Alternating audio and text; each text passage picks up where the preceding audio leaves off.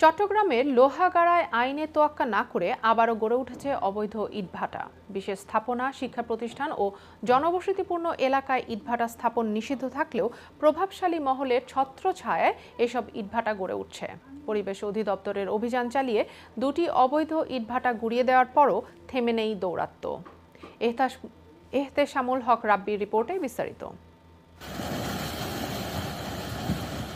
আইনকে বৃদ্ধাঙ্গুলি দেখিয়ে চট্টগ্রামের লোহাগাড়া উপজেলার বারাউলিয়া ডিগ্রি কলেজ এলাকায় প্রায় 200 মিটারের মধ্যে নতুন করে গড়ে উঠছে একটি বারাউলিয়া ব্রিক্স নামে ইটভাটা। অনুমোদন না থাকায় যেটি এর আগে গুড়িয়ে দেয় প্রশাসন। ভাটা কর্তৃপক্ষ প্রভাবশালী হওয়ায় করা হচ্ছে পুনর্নির্মাণ। শুধু বারাউলিয়া ব্রিক্স নয়, গুড়িয়ে দেওয়া এমন আরও একটি ইটভাটা গড়ে উঠছে উপজেলার চরম্বা এলাকায়, যার নাম আরব ব্রিক্স ম্যানুফ্যাকচারার্স। এমন অবস্থায় ইটভাটার কালো ধোঁয়া এসে শ্রেণীকক্ষে ঢুকে শিক্ষার পরিবেশ নষ্ট করছে। মারাত্মক স্বাস্থ্য ঝুঁকিতে শিক্ষক শিক্ষার্থীরাও। তাই দাবি উঠেছে কলেজের কাছ থেকে ইটভাটাটি সরানোর। কলেজের পাশে অতি নিকটে যে ইটভাটাটা হয়েছে, এটার আয়ুষ্কাল অনেক।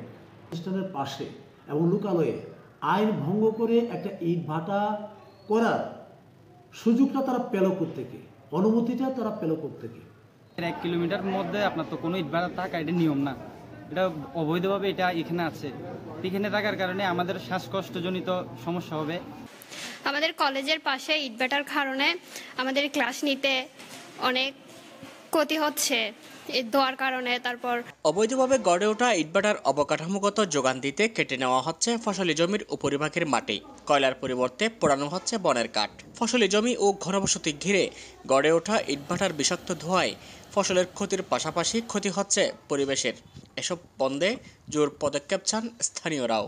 আমাদের লোহাগাড়াতে একাধিক অবৈধ ইটভাটা থাকার কারণে আমরা প্রতিনিয়ত পরিবেশগতভাবে বিভিন্ন ধরনের সমস্যার সম্মুখীন হচ্ছি। আমি সবাইকে অনুরোধ করব, যে হারে ইটভাটা হচ্ছে এগুলার কারণে আমাদের পরিবেশ নষ্ট হচ্ছে। এদিকে পরিবেশ অধিদপ্তরের কর্মকর্তাদের কাছে সহজ উত্তর, অভিযান অব্যাহত আছে। ইটভাটার বিরুদ্ধে আমাদের অভিযান, অবৈধ ইটভাটার বিরুদ্ধে অভিযান চলমান আছে এবং আপনি যে এলাকার কথা বলেছেন এখানেও অনেক অভিযান হয়েছে এবং বেশ কিছু ইটভাটা এখানে চিমনি সহ ভেঙেও দেওয়া হয়েছে। পরিবেশের ভারসাম্য নষ্টকারী এসব অবৈধ ইটভাটায় নিয়মিত অভিযান পরিচালনা করে গুড়িয়ে দেওয়ার আহ্বান জানিয়েছেন এলাকার সাধারণ মানুষ। এহতেশামুল হক রাব্বি, আই অন টিভি, চট্টগ্রাম।